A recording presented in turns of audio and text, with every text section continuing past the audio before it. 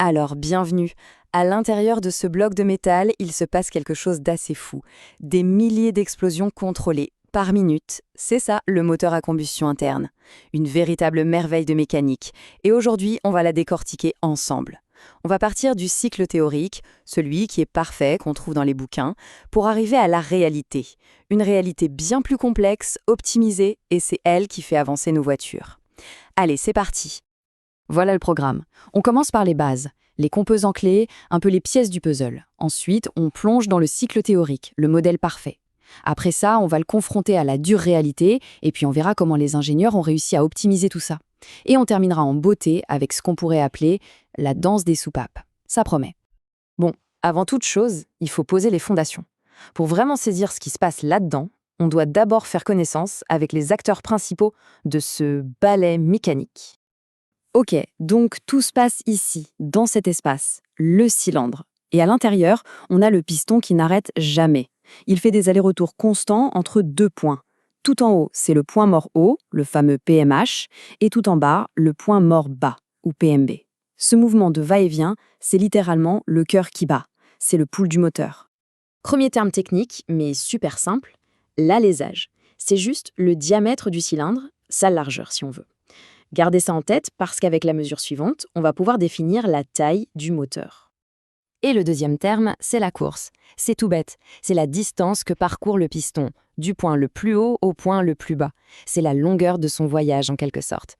Maintenant, on met les deux ensemble. Prenez l'alésage, la largeur, et la course, la distance, et hop, ça nous donne la cylindrée. C'est le volume d'air que le piston déplace à chaque fois qu'il bouge. Si on multiplie ça par le nombre de cylindres du moteur, on obtient sa cylindrée totale. Et ça, c'est un chiffre qu'on connaît bien parce qu'il nous donne une super indication de la puissance potentielle du moteur. Ok, maintenant qu'on a le vocabulaire de base, on peut s'attaquer au fonctionnement théorique. Imaginez un instant un monde parfait. Pas de frottement, aucune perte de chaleur, rien. C'est dans ce monde-là qu'existe le cycle idéal, le plan parfait qu'on étudie dans les écoles d'ingénieurs. Alors, ce graphique, c'est la clé pour tout visualiser. On l'appelle le diagramme pression-volume. En gros, il nous raconte l'histoire de ce qui se passe dans le cylindre. Vers le haut, c'est la pression qui monte, et sur le côté, c'est le volume qui change. Et regardez, dans notre monde parfait, le cycle dessine un rectangle quasi parfait. Et ce qui est génial, c'est que la surface de ce rectangle, eh bien, c'est le travail fourni par le moteur. C'est l'énergie qu'il produit. Allez, suivons le parcours. D'abord, l'admission. Le piston descend et hop, il aspire le mélange air-carburant. Ensuite, la compression. Il remonte et la pression grimpe en flèche. Et là, c'est le moment clé, la combustion. Une étincelle et boum, une explosion de pression qui pousse le piston vers le bas avec une force incroyable. C'est là qu'est créée toute la puissance. Et pour finir, l'échappement. Le piston remonte une dernière fois pour chasser les gaz brûlés. Et le cycle recommence encore et encore. Ce modèle, il est super élégant, c'est simple, c'est clair, mais c'est de la théorie. Maintenant, il est temps de quitter la salle de cours, de mettre les mains dans le cambouis et de voir ce qui se passe vraiment dans un moteur. La grande question, c'est est-ce que ça fonctionne vraiment comme ça dans la vraie vie ? Eh bien, la réponse, sans surprise, c'est non, pas du tout même. La réalité, elle est beaucoup plus chaotique. Et regardez cette image, elle est parfaite pour ça. À gauche, on a notre beau rectangle théorique. Et à droite, le cycle réel. Vous voyez cette forme tout arrondie. Les coins sont comme rognés, bouffés. La surface à l'intérieur est bien plus petite. Et cette surface qu'on a perdue, eh bien, c'est directement du travail en moins, de la puissance en moins. C'est une perte d'efficacité pure et simple. Alors, pourquoi cette différence au juste ? Eh bien, pour plusieurs raisons très concrètes. D'abord, le cylindre ne se remplit jamais à 100%. Ensuite, l'explosion, la combustion n'est pas instantanée. Le feu doit se propager et ça prend du temps. Et puis, il y a de la chaleur qui se perd tout le temps, qui s'échappe par les parois. Toutes ces petites imperfections, mises bout à bout, viennent arrondir notre diagramme et grignoter le rendement. Mais face à cette réalité un peu décevante, les ingénieurs ne se sont pas laissés abattre. Loin de là. Au contraire, ils ont mis au point des astuces absolument géniales pour optimiser ce cycle réel et aller chercher la moindre parcelle de performance perdue. Et voilà le résultat. Ce diagramme-là, il a l'air bizarre, avec ses boucles et ses formes étranges. Mais croyez-moi, chaque courbe, chaque déviation est voulue. L'objectif est en fait très simple.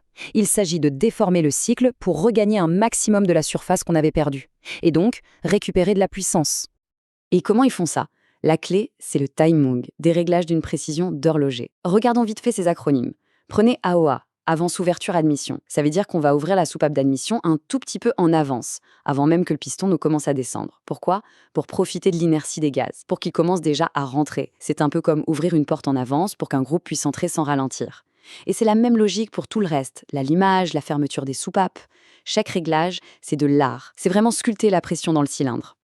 En fait, tout ce jeu de timing, on peut vraiment le voir comme une danse, une chorégraphie incroyablement précise où chaque mouvement est calculé à la fraction de seconde près, avec un seul but, maximiser la puissance et le rendement du moteur. Et si c'est une danse, alors ça, c'est la partition. Ce diagramme en cercle, il nous montre tout. Sur les 2 tours complets que fait le moteur pour un cycle, on voit précisément à quel moment chaque soupape s'ouvre et se ferme. Et il y a un détail fascinant. Regarde bien, il y a un court instant où la soupape d'admission commence à s'ouvrir, alors que celle d'échappement n'est pas encore tout à fait fermée. C'est ça qu'on appelle le croisement des soupapes. Un moment absolument crucial dans la chorégraphie. Et tout ça, toute cette danse millimétrée, c'est pour quoi, au final? C'est simple, pour une efficacité maximale. En jouant sur ces timings, on se sert de la vitesse des gaz eux-mêmes pour aider à mieux remplir et à mieux vider le cylindre. On s'assure aussi que le pic de pression de l'explosion arrive pile au bon moment pour donner la plus grosse claque possible au piston. En gros, c'est l'art de transformer chaque goutte de carburant en un maximum de mouvement.